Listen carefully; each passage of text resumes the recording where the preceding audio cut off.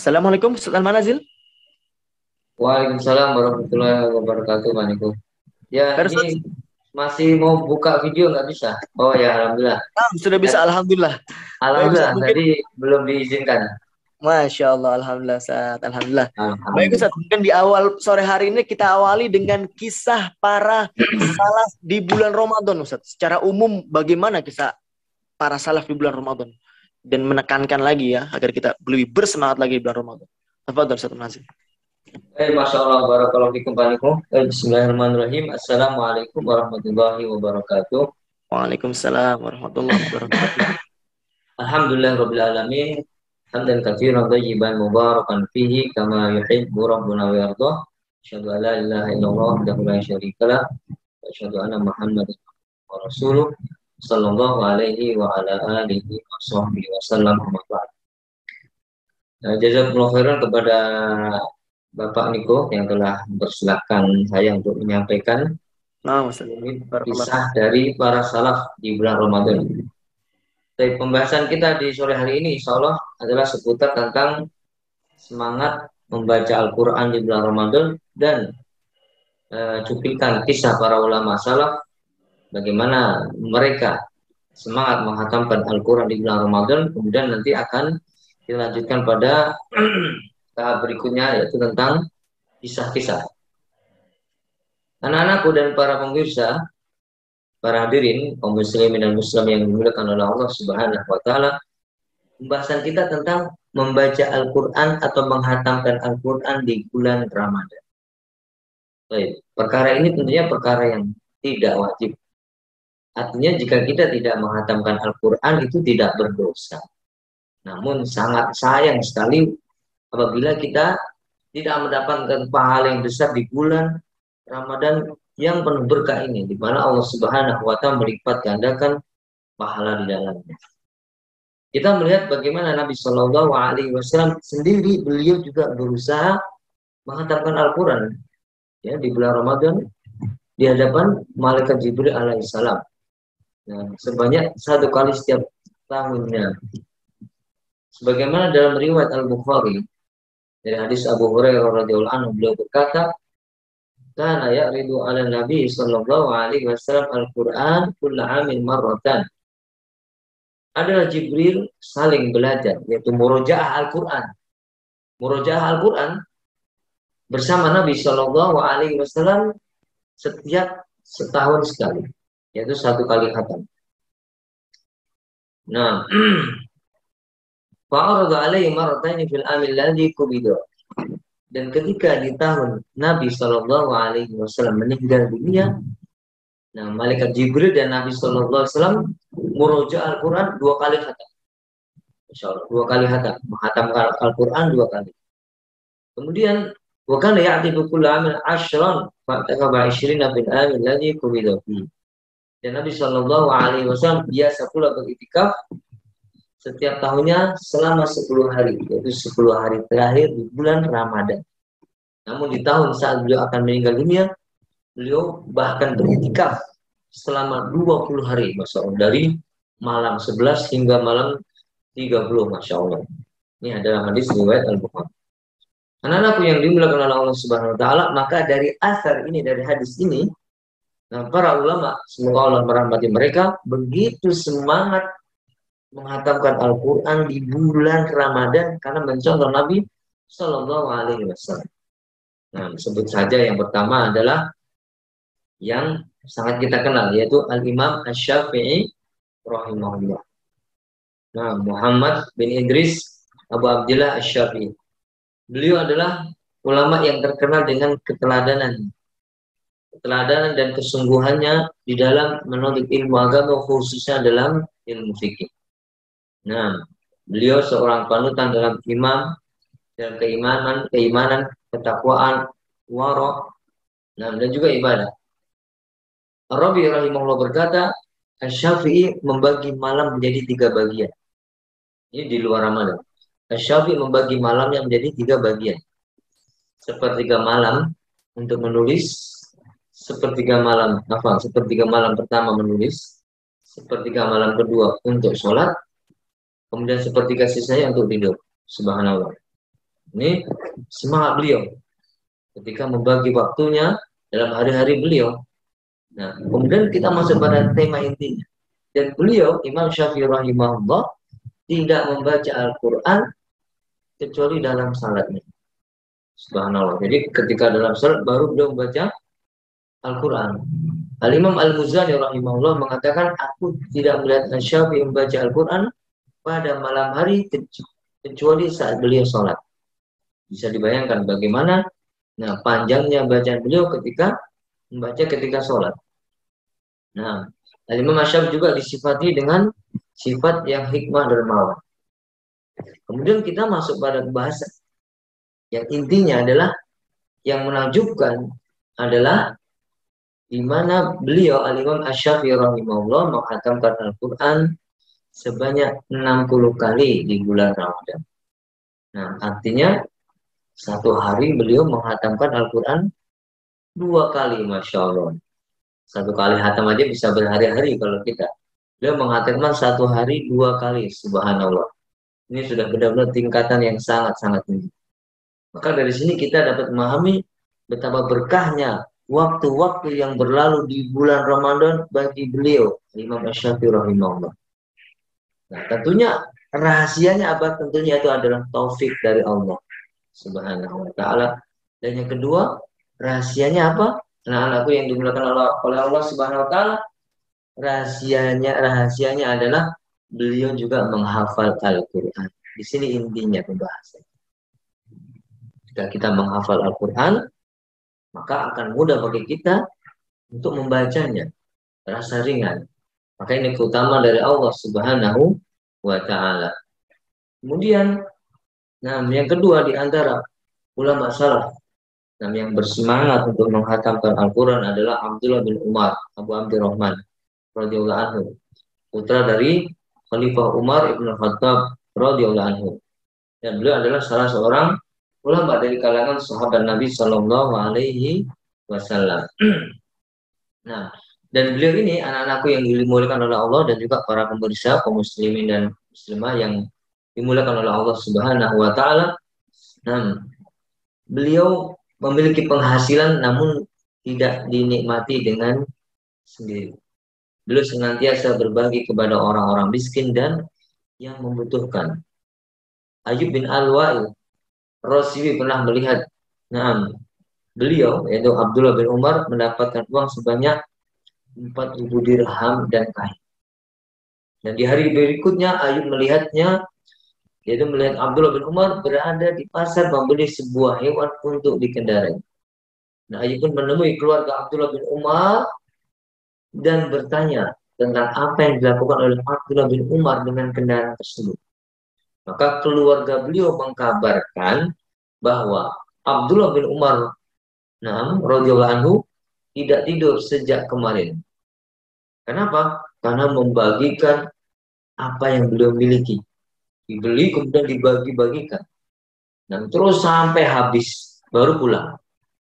Kemudian ketika kami bertanya kepada beliau, beliau menjawab, semuanya sudah aku bagikan kepada orang-orang fakir. Nah, subhanallah. Nah, beliau ini juga salah satu orang yang bersemangat di dalam menghatamkan Al-Quran di bulan Ramadan. Beliau semangat. Nah, membaca Al-Quran, menghatamkan Al-Quran di bulan Ramadan di sela-sela kesibukan beliau.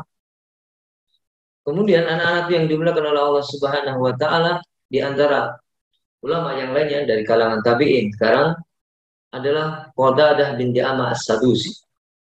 Nah, beliau terkenal rahimahullah, terbiasa menghatamkan Al-Quran setiap 7 hari 1 kali. Dan di bulan Ramadan beliau tingkatkan menjadi 3 hari sekali. Semangat beliau bertambah ketika memasuki 10 hari terakhir di bulan Ramadan. Beliau hatamkan 1 hari, Masya Allah. 1 hari sekali, Masya Allah. Nah, dan ini diceritakan oleh Salam bin Abdul Mu'ti. Beliau mengatakan, kana Qadadah yaqtimul Quran fi sab'in wa idza jaa Ramadan khatama fi kullin fi kulli thalathin fa idza ja'ala asyru khatama kulla lailatin. Adalah Qatadah biasa menghatamkan Al-Qur'an sebanyak menghatamkan 7 hari sekali. Namun jika datang bulan Ramadan, beliau menghatamkan 3 hari sekali. Jika 10 hari terakhir Ramadan, menghatamkan 1 hari sekali. Masya Allah. Maka anak-anakku yang dimuliakan oleh Allah Subhanahu Wa Taala, adik-adikku, para pemirsa semuanya yang dirahmati oleh Allah, ini merupakan kisah yang menakjubkan yang hendaknya kita patut untuk meneladani. Kemudian yang berikutnya adalah Al-Imam Az-Zuhri rahimahullah. Al-Imam Az-Zuhri beliau adalah Muhammad bin Muslim, atau lebih lengkapnya adalah kunyanya Abu Bakar Muhammad bin Muslim bin Ubaidillah bin Abdillah bin Syihab. Nah, terkenal dengan Ibnu Syihab atau Al-Imam Az-Zuhri. Beliau adalah seorang tokoh, seorang ulama tabi'in dari kota Madinah, dari kalangan Quraisy, dan beliau adalah orang pertama yang menyusun hadis. Nah, disusun hadis-hadis Nabi Shallallahu Alaihi Wasallam atas perintah Khalifah Umar bin Abdul Aziz rahimahullah. Umar bin Abdul Aziz, pernah menulis surat edaran kepada para pejabatnya untuk memperhatikan keadaan Az-Zuhri. Beliau mengatakan wajib bagi kalian memperhatikan Ibnu Syihab, karena tidak ada seorang pun yang lebih mengetahui sunnah daripada dia. Apabila datang bulan Ramadan, Al-Imam Az-Zuhri ini, Abu Bakar, meninggalkan semua majelis-majelis hadis beliau. Diskusi-diskusi dengan para penuntut ilmu beliau tinggalkan. Beliau fokus membaca Al-Quran langsung dari mushafnya.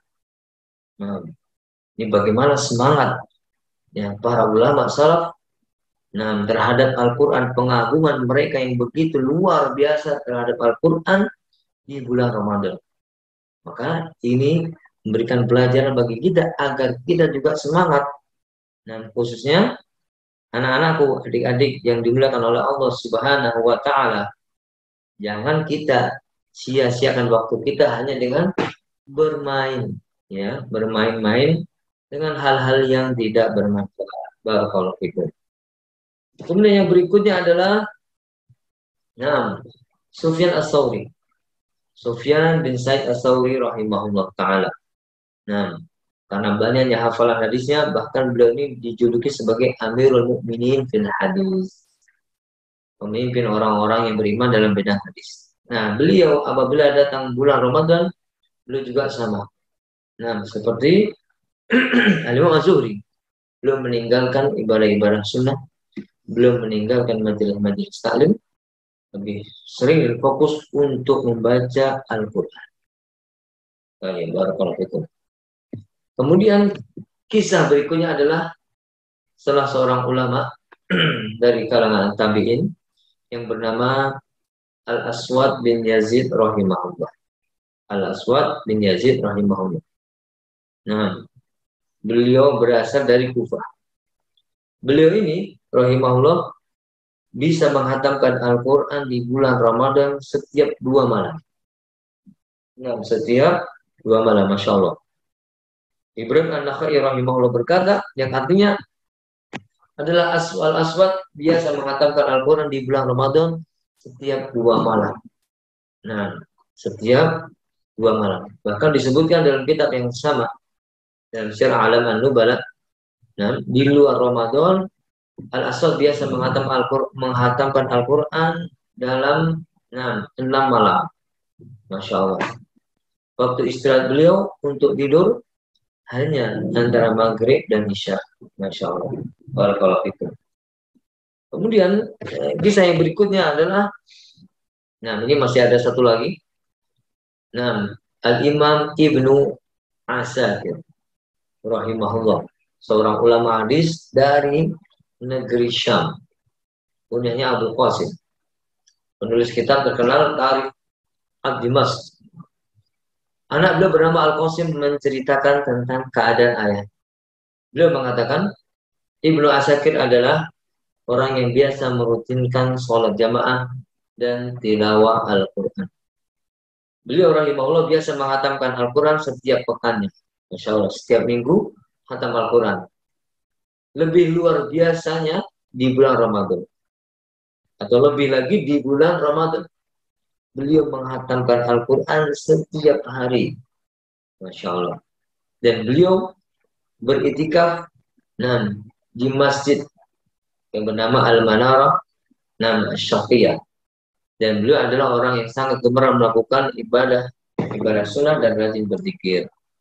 Adik-adikku, anak-anakku yang dimuliakan oleh Allah Subhanahu wa taala, pemirsa muslim dan muslimah yang dimuliakan oleh Allah Subhanahu wa taala. Kisah-kisah tersebut menggambarkan kepada kita betapa semangat para ulama,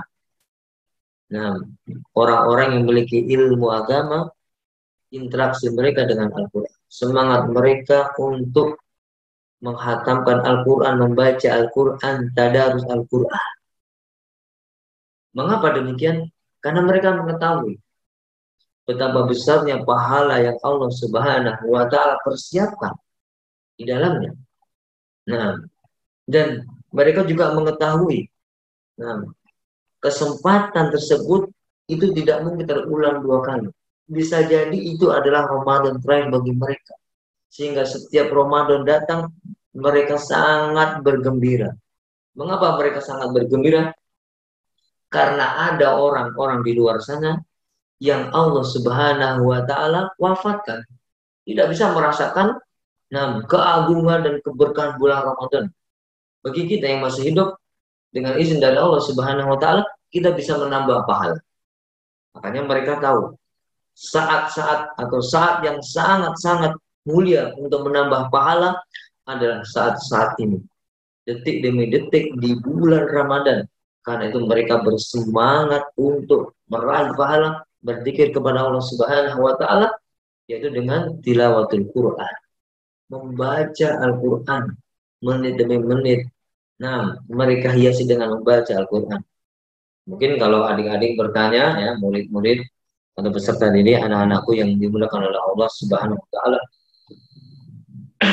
bagaimana kalau lelah, kalau capek? Ya, dimaklumi manusia pasti mengalami rasa lelah. Karena kalau beribadah tidak lelah itu adalah malaikat.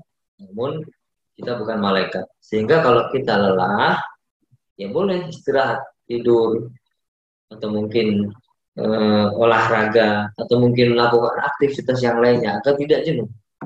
Setelah selesai maka kembali lagi dengan membaca Al-Quran dan bersemangat sebisa mungkin untuk menghatamkannya.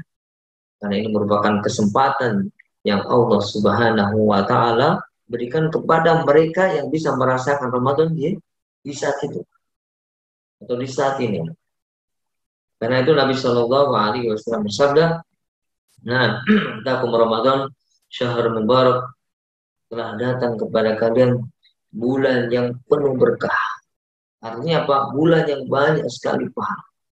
Allah Subhanahu wa taala lipat gandakan dalam. Fardu alaikum fi syam. Allah Subhanahu wa taala wajibkan padanya untuk berpuasa. Kemudian dibuka padanya pintu-pintu surga. Tufatahu fihi abwabul jannah wa tughallaqu fihi abwabun niran. Dan ditutup pintu-pintu neraka. Artinya apa? Kesempatan benar-benar dibuka lebar untuk mendapatkan pahala. Namun sayang sekali jika kita melalui Ramadan begitu saja tanpa membaca Al-Quran. Dan di sana, bagi mereka yang menghafal Al-Quran, maka ini waktu yang sangat-sangat dinanti-nantikan. Karena mereka gunakan dengan membaca dan membaca. Semoga Allah Subhanahu wa taala memudahkan kita semua untuk menggunakan waktu-waktu di bulan Ramadan ini untuk membaca Al-Quran, bahkan menghatamkannya, atau mungkin bahkan menghatamkannya berkali-kali. Sebagaimana tadi kisah para ulama yang sudah kita sampaikan, mereka menghatamkan ada yang 1 hari sekali, atau bahkan ada yang 1 hari 2 kali, ada yang 2 hari sekali, ada yang ada yang 3 hari sekali, Masya Allah. Tergantung kekuatan kita masing-masing.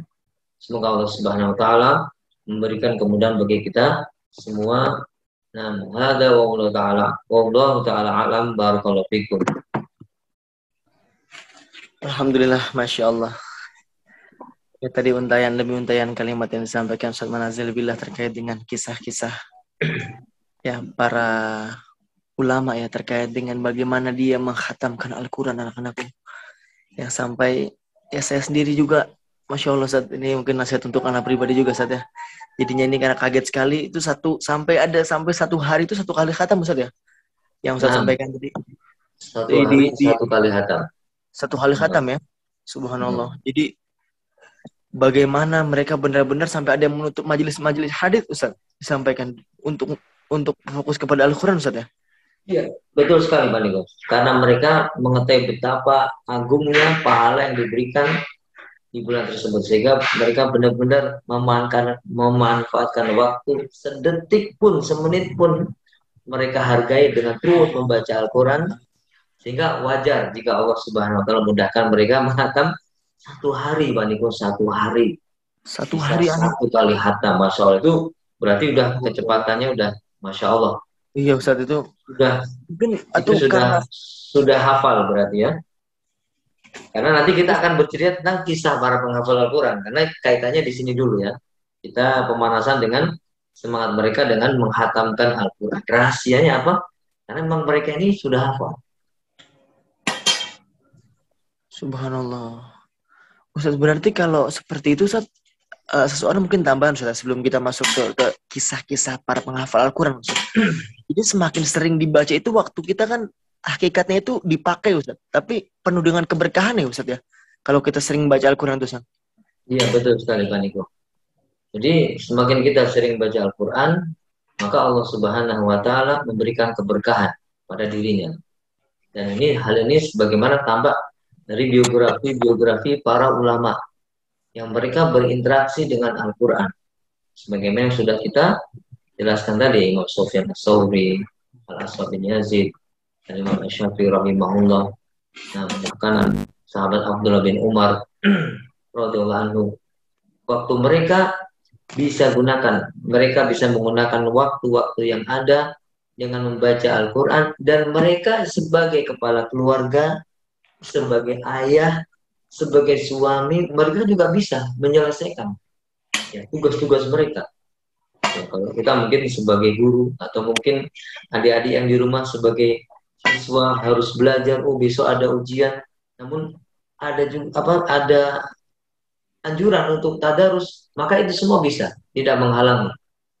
Nah, semakin mereka berinteraksi dengan Al-Quran, maka semakin Allah berikan keberkahan pada waktu-waktunya. Dan ini yang kita minta. Semoga Allah Subhanahu wa taala memberkahi diri kita semua dan para pemirsa semua, dan juga memberkahi waktu-waktu kita untuk beramal soleh. Amin ya rabbal alamin. Masya Allah. Jadi anak bisa disimpulkan mungkin jadi semakin banyaknya waktu yang kita habiskan untuk Al-Quran, ya para hadirin semua, mungkin secara zahirnya itu waktu kita terpakai untuk baca Al-Quran. Maksudnya kita jadi habis waktu baca Al-Quran. Tapi di satu sisi Allah berikan keberkahan waktu ya. Jadi akan bisa memanfaatkan banyak aktivitas juga Ustaz ya. Urusan-urusan kita juga bisa selesai Ustaz ya. Memang seperti itu. Alhamdulillah. Nah, iya, kurang lebih demikian. Barakallahu fikum. Baik, saudaraku semua, para hadirin yang dimuliakan oleh Allah Subhanahu wa taala, semoga Allah memberkahi waktu kita. Selanjutnya, tadi kita sudah mengetahui kisah para ulama terkait dengan menghatamkan Al-Quran, menyelesaikan Al-Quran. Nah, sekarang anak-anakku, para hadirin semua, kita mau tahu kembali ya, bagaimana perjuangan ya, kisah-kisah pejuang dan para pejuang penghafal Al-Quran. Nah, ini dari tadi menghatamkannya, sekarang bagaimana pejuang para penghafal Al-Quran menghafalkan Al-Quran. Barakallahu fikum. Mungkin bisa disampaikan kepada kita semua. Barakallahu. Barakallahu fikum. Masya Allah. Semoga Allah Subhanahu wa taala memberikan keberkahan kita semua. Nah, di sini kita mengambil salah satu, ya, mungkin 2 atau 3 cuplikan kisah. Disebutkan oleh Syekh Abdul Qayyim, Allah salah seorang dosen di Fakultas Hadis di Universitas Islam Madinah. Beliau bercerita bahwa saat beliau menghafal Al-Quran di Masjid Nabawi, nah, seorang dari Mauritania menyapanya. Nah, Syekh ini berkata kepada beliau, hafalkan Al-Quran sampai masuk ke dalam urat-uratmu dan mengalir dalam darahmu. Nah, maksudnya adalah Al-Quran mengalir bersama darah. Artinya menghafal Al-Quran sehingga menjadi bagian dari diri kita. Nah, maka ini perlu ya usaha yang begitu besar. Kemudian beliau menceritakan, nah, yaitu Syekh Hamid Akram Al-Bukhari hafizahullah bercerita. Diceritakan kepadanya salah seorang gurunya bahwa di sana, yaitu di negeri Mauritania, di daerah Afrika, terdapat sebuah desa. Nah, yang di dalam desa tersebut tidak ada yang tidak hafal Al-Quran.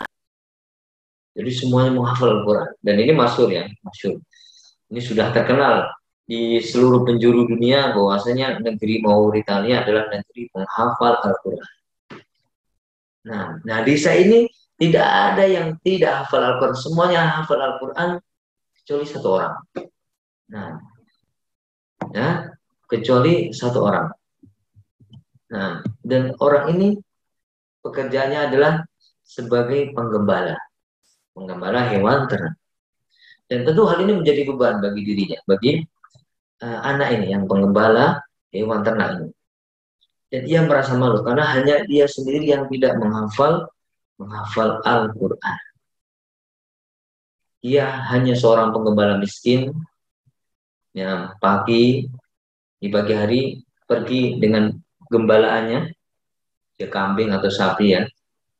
Terus bersamaan dengan terbenamnya matahari, ia membawa kembali lagi hewan gembalaannya pulang ke kandang. Nah, ketika sudah malam, sudah lelah. Kapan menghafal Al-Quran? Ya, kalau kita belajar dari pagi pulang sore, atau mungkin kalau yang kita yang bekerja, nah bekerja pagi melaksanakan atau melakukan administrasi berbagai macam pekerjaan, pulang sore, lalu kapan menghafal Al-Quran? Nah, ini dialami oleh penggembala ini. Nah, di Mauritania. Jadi pagi menggembala siang, sore, pulang sudah lelah. Dia berkata, sungguh saya malu dengan diri saya sendiri. Nah, jadi ada dorongan untuk bisa sehingga dia malu.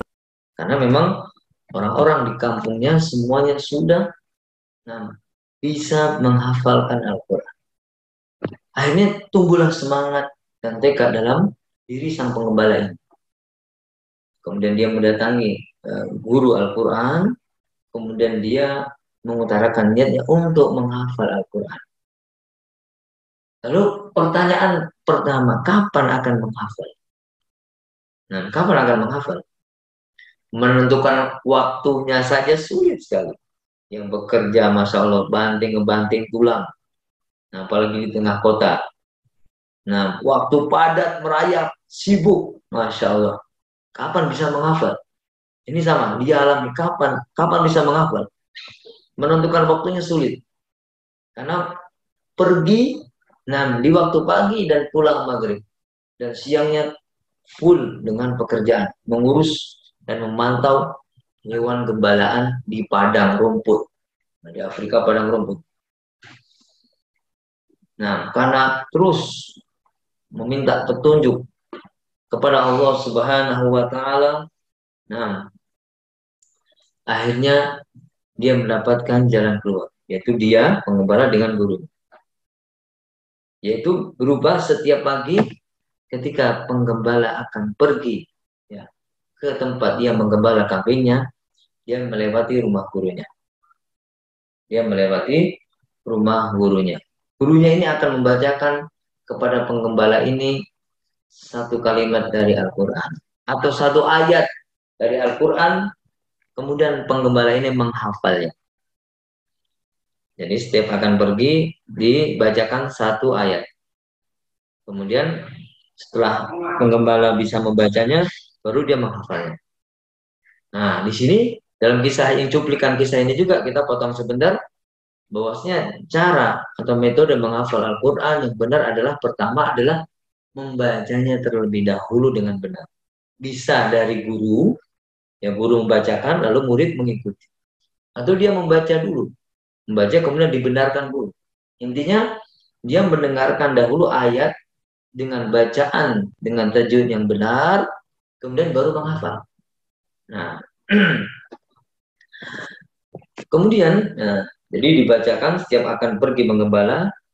Setelah dibacakan satu ayat, dia paham, kemudian menghafal.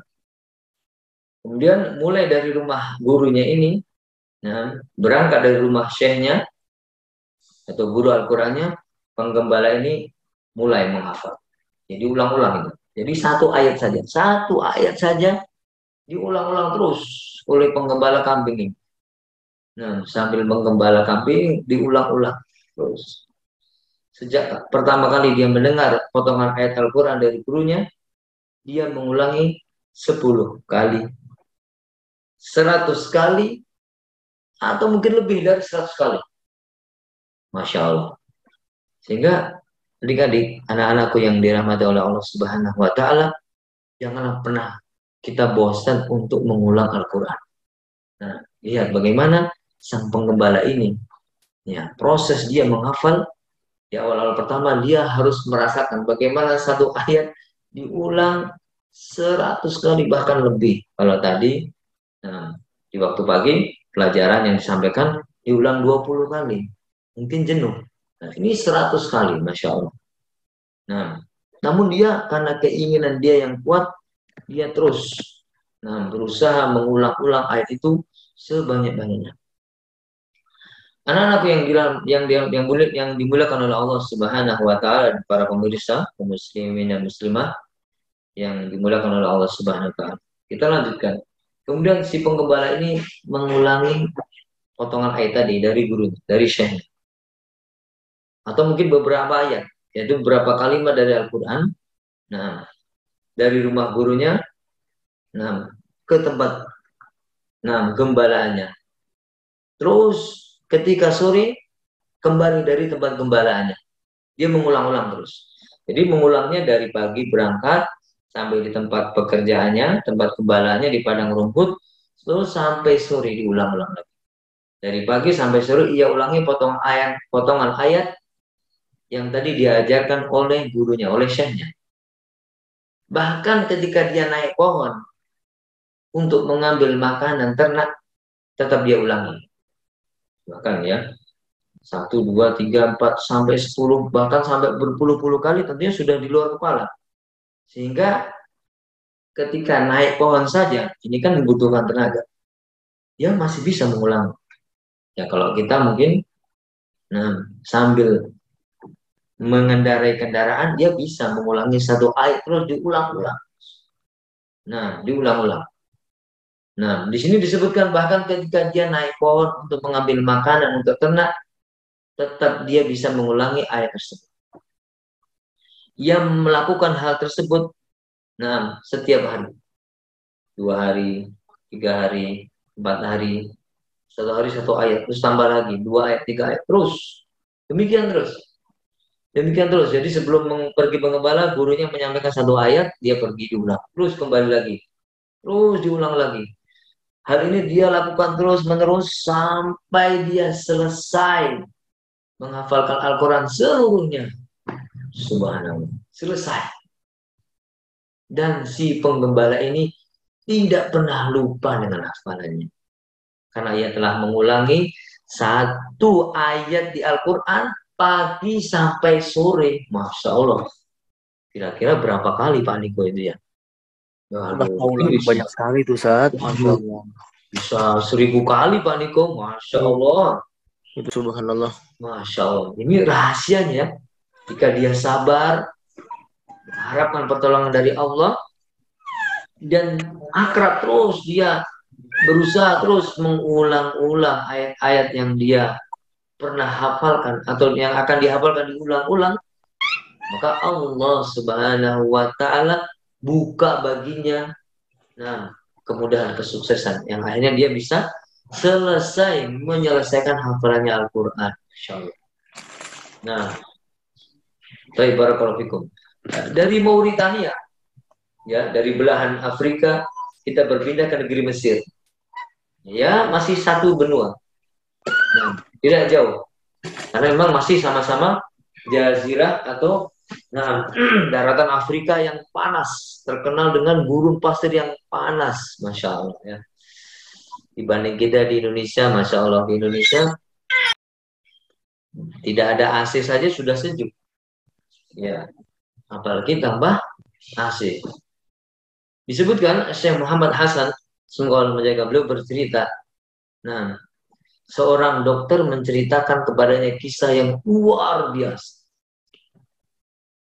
Nah, dan mungkin ini bisa disebut juga sebagai karomatul aulia atau karomah para wali. Dokter ini bercerita ketika ada salah seorang pasien yang akan dioperasi karena penyakit yang dia derita. Dan qadarullah pasien ini adalah seorang syekh, seorang yang berilmu. Nah, seorang yang berilmu agama. Karena penyakit yang dia derita. Dan jam operasi sudah ditentukan. Ini jam sekian akan dilaksanakan operasi.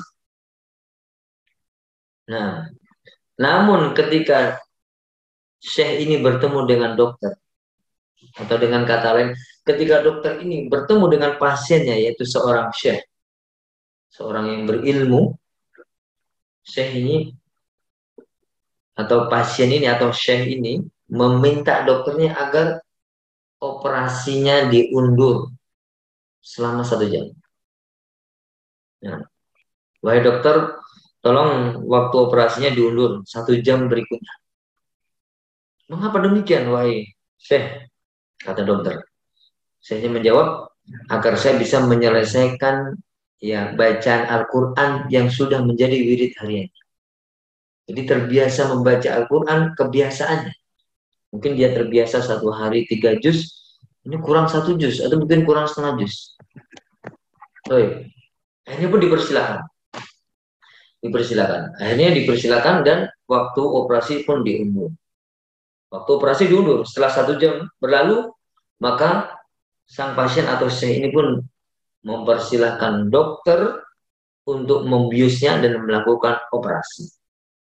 Dan dokter pun menyetujui permintaan syekh. Nah, kemudian saya membaca 10 juz wirid harian dalam hafalannya. Nah, 10 juz dalam hafalannya. 1 jam telah berlalu. Nah, 1 jam telah berlalu. Dan dokter pun membawa saya ke ruang bedah. Dan terus lisannya tetap mengalir Al-Quran. Membaca Al-Quran. Dalam keadaan bius sudah dimasukkan dan syekhnya sudah tidak sadar. Masya Allah. Sudah nggak sadar, lidahnya masih murojaah. Masya Allah. Murojaah hafalan dia. Masya Allah. Ini merupakan karomah ya, kemuliaan yang Allah Subhanahu wa Ta'ala berikan bagi mereka yang menghafal Al-Quran dan istiqomah dengan hafalannya. Jadi biasanya Pak Niko, kalau orang yang menghafal Al-Quran itu memang ada targetnya. Dan ini beda-beda. Biasanya kalau penghafal Al-Quran itu targetnya, saya 1 hari harus murojaah sekali duduk 3 juz. Atau sekali duduk 5 juz. Atau 6 juz. Berbeda-beda. Nah, keadaannya. Maka ini merupakan gambar bagi kita, Masya Allah. Bagaimana syekh ini yang berilmu ini ternyata beliau juga menghafal Al-Quran dan istiqomah. 1 hari beliau menghatamkan dari atau murojaah hafalan-hafalan yang pernah dihafalkan untuk diulang-ulang agar tidak hilang. Dan terlihat bagaimana ketika sudah dibius, subhanallah, lisannya tetap mengalir dengan Al-Quran. Padahal kalau sudah dibius biasanya sudah tidak sadar ya, tidak bisa melihat, ya termasuk di dalam tidak bisa membaca. Maka ini subhanallah, merupakan kekuasaan dari Allah Subhanahu wa taala, tanda-tanda kebesaran Allah Subhanahu wa taala, sudah tidak sadar mulutnya masih membaca Al-Qur'an. Barakallahu fikum, Masya Allah, Niko. Merupakan kisah-kisah penghafal Al-Quran yang perlu kita contoh agar adik-adik di rumah nih, khususnya siswa-siswi peserta didik SD Islam Anas, agar lebih semangat lagi ya adik-adik, ya anak-anakku yang dirahmati oleh Allah Subhanahu Wa Taala, menghafal Al-Quran, ya semangat dan minta pertolongan kepada Allah Subhanahu Wa Taala. Semoga Allah mudahkan kalian semua. Barakallahu fikum. Masya Allah, dua kisah tadi yang antum sebutkan, Ustaz, itu la haula wala quwata illa billah. Anak berpikir apakah masih ada gitu, Ustaz, di tengah-tengah kita gitu, subhanallah ya, dengan kisah seperti itu yang tadi satu ayat, Ustaz ya. Satu hari satu ayat sampai akhirnya menyelesaikan satu Al-Quran, Ustaz. Masya Allah. Sepertinya tidak mungkin, Pak ya. Aduh, kok satu hari satu ayat gimana mau selesai? Masya Allah. Iya, ternyata selesai juga. Masya Allah. La haula wala quwata illa billah. La haula wala quwata illa billah. Tapi ini masih ada waktu Pak Niko sampai jam berapa? Ini kita sampai dengan 17.30. 17.30. Masya Allah. Kita mulainya lebih awal. Biasanya mulainya jam 4.50. 6. Baik. Satu lagi kisahnya. Nah, nanti setelah selesai ini baru kita sesi tanya jawab. Masya Allah. Baiklah. Terima kasih, Ustaz. Mau disampaikan kisah lagi? Tafadhol, Ustaz. Satu kisah lagi, Pak Niko. Buat adik-adik di rumah. Masya Allah. Baik, Ustaz. Insya Allah. Semangat semoga semangat. Kita mau sapa dulu, Ustaz, di rumah ya. Assalamualaikum. Anak-anakku semua masih ada di depan layarnya? Para hadirin? Masih ya? Coba Pak Niko tanya dulu yang jawab masih tadi. Tadi dua kisahnya itu siapa saja? Dua kisahnya itu kisah penghafal Al-Quran. Yang satu siapa? Yang satu siapa profesinya? Pengembala sama pasien. Sama ulama yang di bius tapi masih bisa baca Al-Quran. Nah, ini berarti menyimak nih anak-anak semua di sini. Masya Allah. Iya, tadi ya penggembala dan juga seorang syekh yang ingin pasien ya, yang sedang dioperasi tapi sebelumnya meminta waktu dulu untuk murojaah, dan ketika dibius itu la haula wala quwata illa billah, masih tetap lisannya itu, Ustaz ya, masih tetap membaca Al-Quran ya. Masya Allah, barakallahu fiik. Iya Pak Niko. Baik, kalau begitu tafadhol, Ustaz. Mungkin sudah masih penasaran di sini para hadirin semua terkait kisah, bagaimana kisah penghafal Al-Quran dan bagaimana perjuangan. Tafadhol, Ustaz. Bismillah. Baik, para pemirsa hadirin yang dimuliakan oleh Allah Subhanahu Wa Taala dan juga para adik-adik, anak-anakku peserta didik SD Islam Anas yang dimuliakan oleh Allah Subhanahu Wa Taala. Kisah berikutnya, ya, sebenarnya kisahnya banyak, namun ya waktu yang batasi kita ya. Diambil dari kisahnya Syekh Dr. Yahya bin Abdul Razak Al-Ghazani. Hafizahullah Ta'ala, beliau bercerita. Yang artinya, sini bahasa Arab kita artikan saja.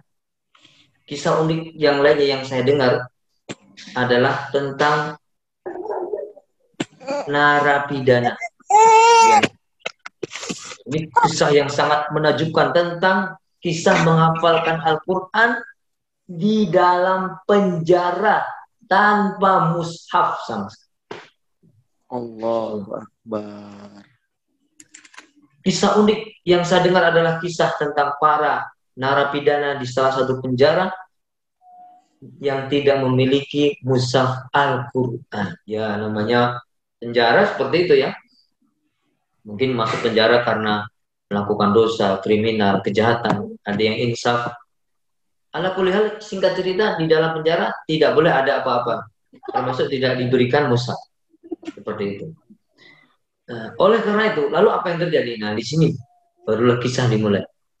Masing-masing dari mereka ini, nah, dengan taufik dari Allah Subhanahu Wa Taala, mereka insaf dan mereka diberi oleh Allah Subhanahu Wa Taala rasa kecintaan untuk menghafal Al-Quran. Nah, masing-masing dari mereka ini narapidana mendiktekan hafalan Al-Quran yang dia miliki kepada narapidana yang lain. Insya Allah. Jadi ada yang sudah hafal, ada yang hafal, didiktekan kepada yang belum hafal. Terus ditalkin, kalau bahasa kita ditalkinkan. Sehingga semua narapidana dapat menghafalkan Al-Quran tanpa mushaf. Masya Allah. Jadi mereka murojaah yang sudah hafal, mendiktekan, mentalkin kepada yang belum hafal. Terus didiktekan terus kepada yang belum hafal. Terus yang belum hafal didiktekan lagi kepada yang sudah hafal. Terus jadi saling gayung bersambut. Nah, yang hafal mentalkin kepada yang belum hafal, yang belum hafalnya ini hafal, talkin lagi kepada yang belum hafal terus. Sehingga seluruh narapidana ini sudah menghafal Al-Quran tanpa mushaf, namun qadarullah kecuali halaman terakhir dari surat Al-Anfal. Dari halaman terakhir dari surat Al-Anfal. Mengapa demikian? Karena tidak ada seorang pun dari mereka yang menghafalnya di bagian akhir surat Al-Anfal. Nah, maka hal ini sangat membuat mereka gelisah. Mereka merasa risau. Hingga akhirnya ketika tiba giliran persidangan salah seorang dari mereka. Jadi, ya seperti biasa ya. Jadi ada waktu di mana salah seorang narapidana itu ya harus maju di persidangan. Apakah naik banding, ataukah sidang untuk dibebaskan, atau sidang untuk kasus-kasus tertentu. Nah, dan ia pun keluar ya menuju lorong pengadilan ya di tempat mahkamah untuk menunggu giliran. Maka hal yang pertama yang ia lakukan adalah itu salah seorang narapidana ini yang dia lakukan yang akan disidang. Nah, karena dia memiliki kesempatan untuk keluar dari penjara. Sedangkan teman-temannya yang tidak disidang masih tetap di penjara, di sel, di jeruji. Kemudian ketika dia diberi waktu untuk keluar menuju tempat persidangan, hal yang pertama kali dia lakukan adalah mencari dari hadirin yang ada di persidangan tersebut, mencari siapa yang hafal akhir dari surat Al-Anfal.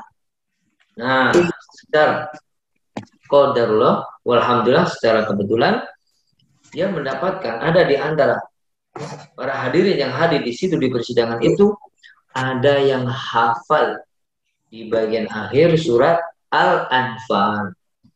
Nah, di bagian akhir surat Al-Anfal. Ini para narapidana semua teman-teman sudah hafal semuanya kecuali bagian akhir surat Al-Anfal. Dan mereka bingung bagaimana untuk menyelesaikan hafalannya karena ini ada yang kurang. Nah, ada satu yang disidang dan satu orang ini memanfaatkan kesempatan. Dengan cara apa? Dia bertanya dari hadirin yang hadir di persidangan, siapa di antara mereka yang hafal akhir surat Al-Anfal. Akhirnya dia menemukan.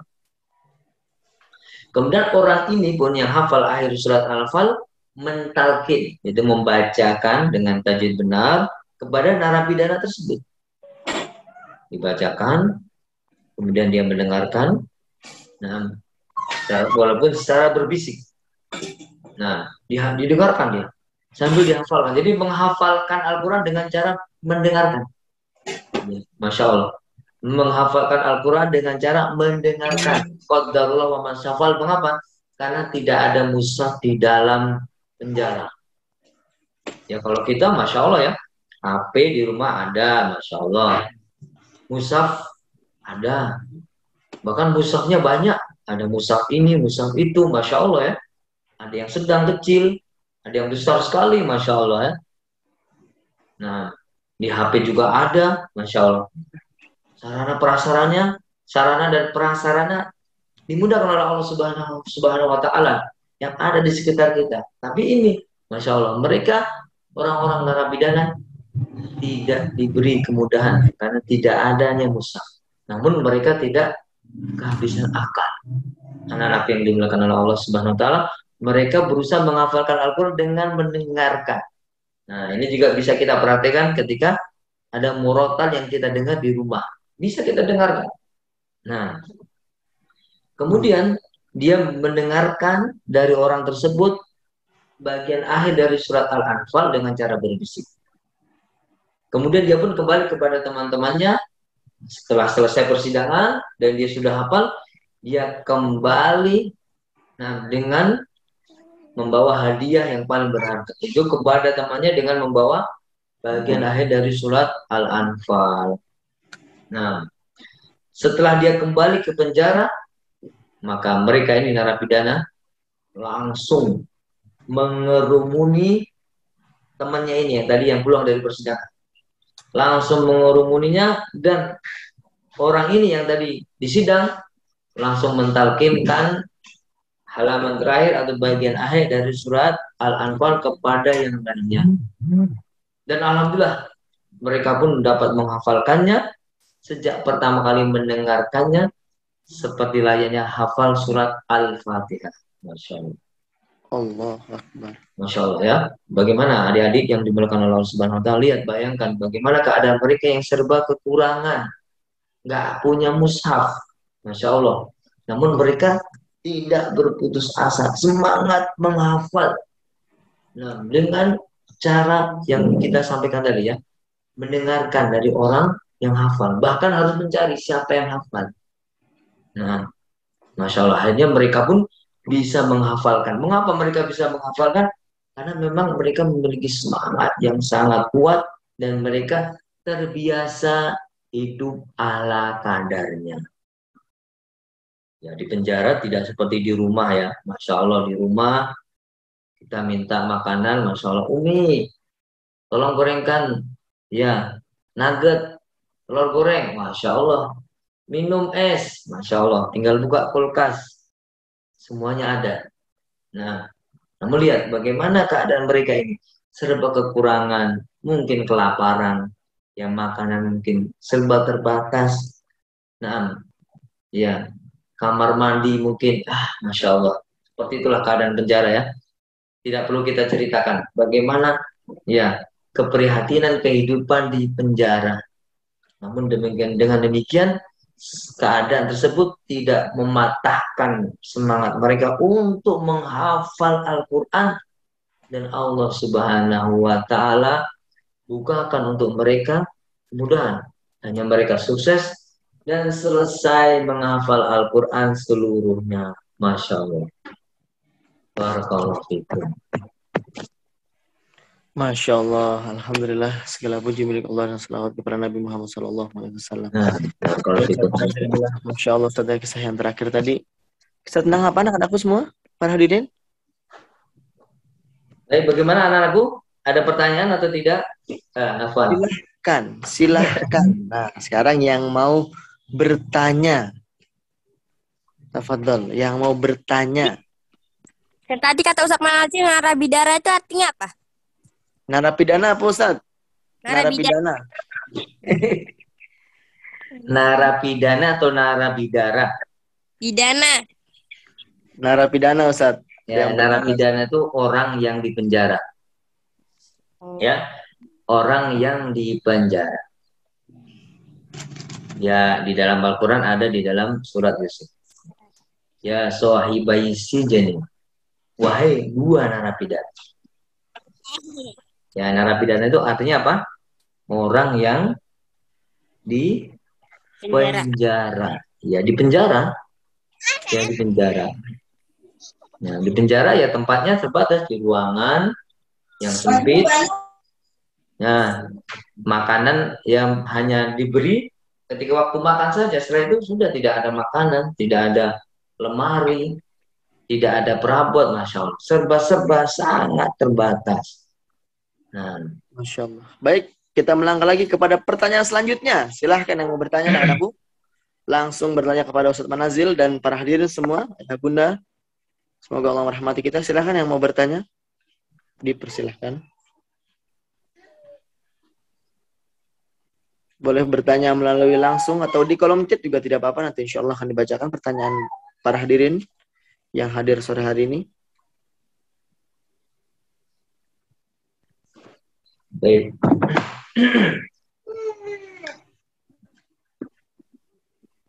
Kisah berikutnya Kalau tidak ada pertanyaan, kisah yang Masya Allah. Kita berikutnya Ustaz. terakhir lagi.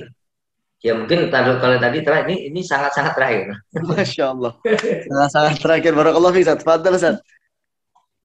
Nah, Masya Allah. Nah, Masya Allah. Syekh Muhammad Ya'qub rahimahullah berkata, nah, ini kisah gambaran agar kita jangan meninggalkan Al-Quran ya, adik-adikku, anak-anakku yang dimuliakan oleh Allah Subhanahu wa Ta'ala. Kisah ini menggambarkan kepada kita bahwa kesempatan yang Allah Subhanahu wa Ta'ala berikan kepada kita untuk bisa menghafal Al-Quran itu hendaklah kita syukuri. Jangan ditinggalkan. Ya sudah hafal Al-Quran, sudah pernah hafal Al-Quran, kemudian lulus dari Anas, kemudian sudah nggak hafal lagi. Nah, ini tidak bersyukur, ya, akan sangat berbahaya. Seperti kisah yang akan Ustaz sampaikan ini. Baik, Syekh Muhammad Ya'qub berkata, aku pernah duduk bersama seseorang yang termasuk dari kalangan konglomerat yang ternama. Kemudian dia bercerita kepada aku, wahai Syekh, jadi orang ini sudah tua ya umurnya, yang bercerita ini. Atau yang bercerita kepada saya ini, dia juga sudah tua. Dia bercerita kepada Syekh Muhammad ya, wahai Syekh, apakah engkau mengetahui bahwa dahulu aku pernah menghafal Al-Quran seluruhnya. Seluruhnya aku hafal. Hal itu karena dahulu orang tuaku selalu memaksaku untuk menghafalnya, sehingga akhirnya pun aku pun dapat menghafalkannya dengan selesai. Namun sebenarnya aku tidak suka. Aku tidak mencintai Al-Quran sedikit pun. La haula wala quwwata illa billah. Justru aku merasakan Al-Quran adalah kesedihan bagi hatiku. Masya Allah. Ini dia bercerita tentang dirinya ya. Perhatikan anak-anakku yang dimuliakan oleh Allah, dia bercerita bahwasanya dia dipaksa oleh orang tuanya untuk menghafal Al-Quran dan akhirnya dia bisa menghafal. Padahal dia nggak suka. Nah, bahkan dia merasakan Al-Quran adalah kesedihan bagi dirinya. Dia melanjutkan kisahnya. Aku sering kali bermimpi aku bisa mengendarai mobil yang mewah, tinggal di villa yang bagus, memiliki pabrik yang Masya Allah, ya usaha yang sukses. Aku tidak menginginkan Al-Quran, tapi aku ingin menjadi kaya, kaya dan kaya. Aku ingin menjadi raja, dia bercerita. Kemudian dia melanjutkan. Lalu pada suatu malam aku bermimpi, aku melihat dalam mimpiku hal yang sangat aneh. Aku memegang mushaf, aku mendekapnya ke dadaku dengan erat dan penuh rasa cinta. Kemudian tiba-tiba datanglah seorang laki-laki dan beliau mengambil mushaf Al-Quran dariku dengan kasar dan kuat. Ya, diambil dengan kasar. Dan pada pagi harinya, aku tidak dapat mengingat Al-Quran walaupun satu huruf pun. Aku tidak dapat mengingat Al-Quran walaupun satu huruf pun. Kemudian aku meneruskan pendidikanku ke jenjang perguruan tinggi jurusan bisnis. Setelah itu semua Allah bukakan bagiku dunia. Nah, harta dan benda yang aku miliki melimpah ruah. Aku memiliki harta yang sangat banyak. Demi Allah, aku tidak berdusta. Dia bercerita. Sungguh telah berlalu 10 tahun lamanya dan kini usiaku 68 tahun. Nah, ini kalau 68 tahun usianya sudah kakek-kakek. Nah, dia menceritakan, kini usiaku sudah 68 tahun. Dan aku tidak dapat merasakan nikmatnya tidur kecuali setelah badanku terasa lelah sekali karena menangis dan meratap dan menyesali diriku dengan apa yang telah aku lakukan terhadap Al-Quran. Dia tidak mau murojaah. Nah, hati-hati adik-adikku, barakallahu fikum. Ini bayangkan nih, orang ini tidak mau murojaah, diberi anugerah oleh Allah Subhanahu wa Ta'ala kesempatan bahkan bisa memiliki kekuatan menghafal Al-Quran, namun tidak menjaganya. Lihat apa yang terjadi. Orang ini dibuat lupa sama sekali. Dia tidak memiliki ingatan sama sekali terhadap Al-Quran. La haula wala quwwata illa billah. dan dia tidak bisa tidur, tidak bisa merasakan nikmatnya tidur kecuali setelah badannya sangat lelah. La haula wala quwata illa billah. Nah, dan beliau menyesali karena dahulu dia pernah merasa benci terhadap Al-Quran dan ingin mendapatkan dunia. Artinya apa? Dia menghafal itu terbebani. Dia anggap menghafal Al-Quran itu suatu hal yang berat, yang membosankan, yang menghalangi dia. Dia ingin bebas. Dia ingin menjadi desainer, dia ingin menjadi dokter, dia ingin menjadi insinyur. Dia ingin dunia luar. Padahal surga dan ketenangan ada di dekatnya, namun dia tidak sadar. Masya Allah. Kemudian dia mengatakan kepada Syekh Muhammad Yakub, dan sekarang wahai Syekh, aku tidak mampu menghafal Al-Quran, walaupun hanya 1 ayat saja. Dan yang lebih parah lagi, aku tidak mampu membaca Al-Quran walaupun hanya 1 ayat saja. La haula wala quwata illa billah. Dari yang dimulakan oleh Allah Subhanahu wa taala. Karena itu siapa yang benci Al-Quran, maka Allah Subhanahu wa taala tidak butuh kepadanya. Maka fa'tabiru ya ulil absar. Fa'tabiru ya ulil albab. Maka ambillah pelajaran wahai hamba-hamba yang memiliki pandangan. Wahai hamba-hamba yang memiliki hati.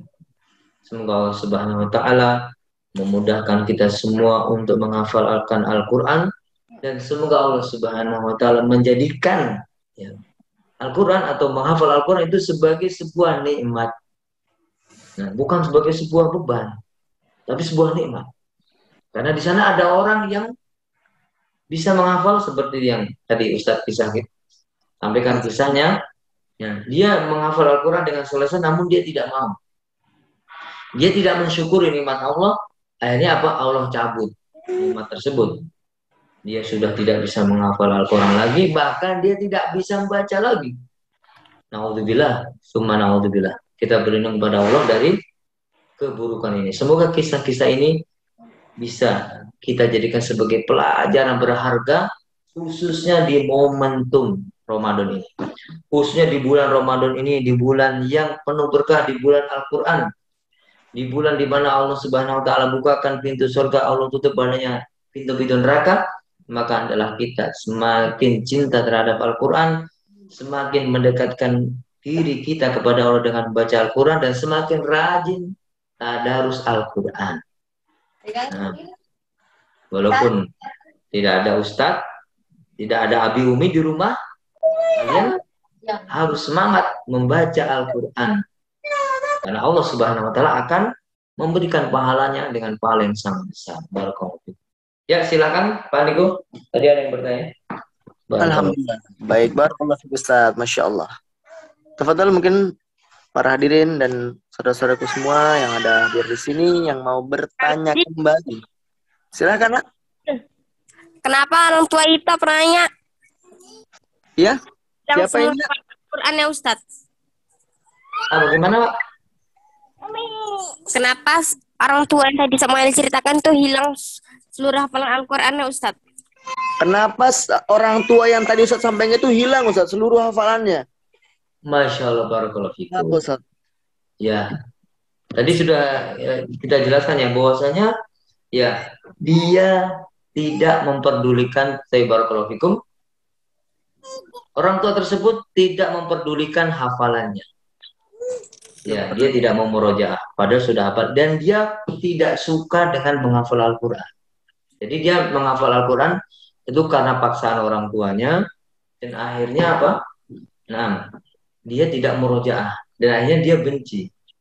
Dia lebih suka kepada dunia dan dunia. Akhirnya Allah Subhanahu wa taala berikan padanya azab di dunia ini, azab di dunia. Yaitu apa? Dia tidak mampu menghafal Al-Quran lagi dan tidak mampu membaca Al-Quran lagi. La haula wala quwata illa billah. Baik, barakallahu fikum. Baik anak-anakku semua. Baik, sepertinya masih penasaran. Tadi ada yang mau bertanya lagi ya, Muhammad Zain ya? Terakhir mungkin ini pertanyaan terakhir. Ya, gimana Muhammad Zain? Ya, ini pertanyaan terakhir Ustaz.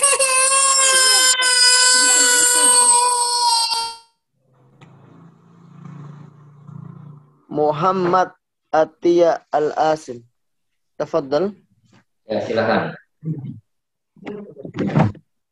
Assalamualaikum warahmatullahi wabarakatuh, Ustaz.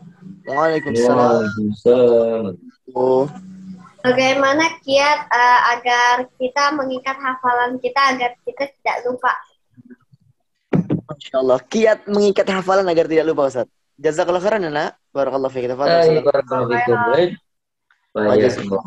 Baik. Kiat menghafal agar tidak lupa. Ya, ini sudah pernah kita sampaikan di pertemuan pertama kalau tidak pertemuan kedua ya. Ya, pada tema penghalang-penghalang dalam menghafalkan Al-Quran. Jadi di situ ada tips-tips. Nah, bagaimana menjaga hafalan Al-Quran agar tidak lupa. Yang pertama salah satunya adalah kita memohon pertolongan kepada Allah Subhanahu wa taala. Jadi berdoa minta tolong kepada Allah Subhanahu wa taala agar diberi kekuatan hafalan. Karena kekuatan hafalan ini murni semata-mata dari Allah Subhanahu wa taala. Kemudian yang kedua kita menjauhi maksiat. Kemudian yang ketiga kita mencari teman-teman yang menghafal Al-Quran. Dan yang keempat kita harus tentukan waktu. Ya, harus ada target dan ada waktu. Targetnya harus ditarget. Ya, targetnya tidak perlu banyak-banyak. Mungkin satu hari harus murojaah 1 juz. Dan ini harus disiplin. Nah, harus disiplin.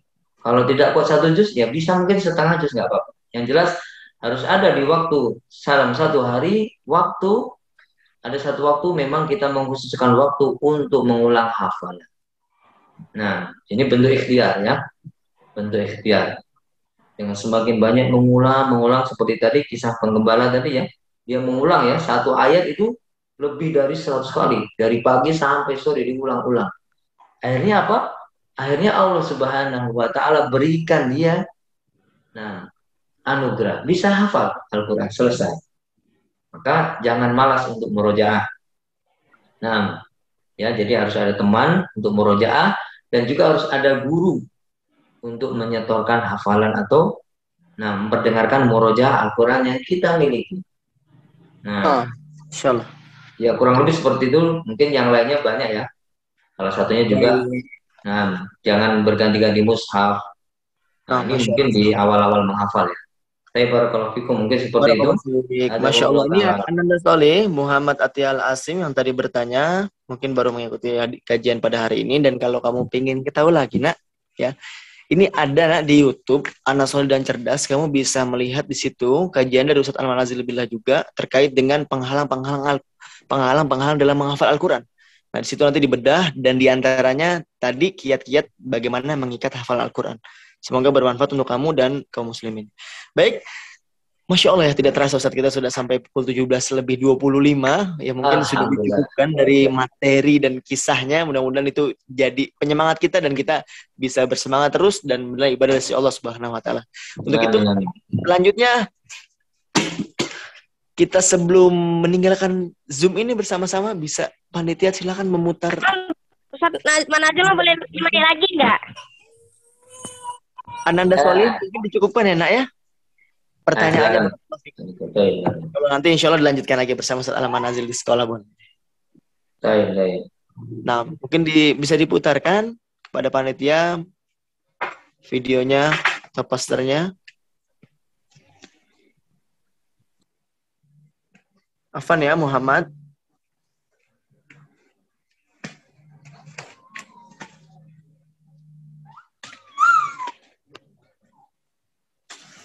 Alhamdulillah di sini ada poster Sekolah Dasar Islam Anas. Nah, penerimaan peserta didik baru Sekolah Dasar Islam Anas.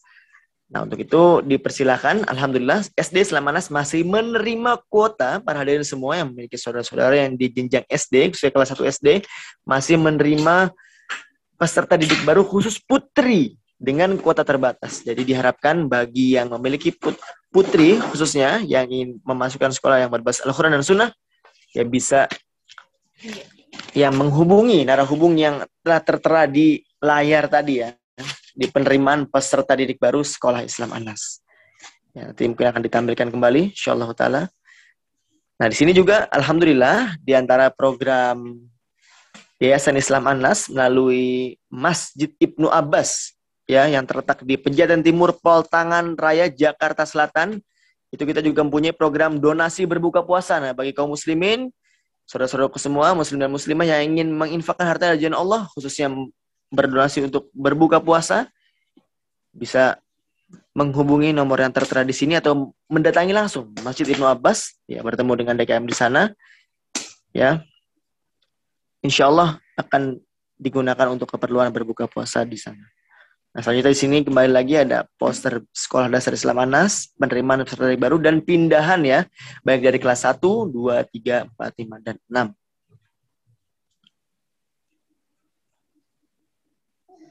Nah, perlu diketahui, Sekolah Dasar Islam Anas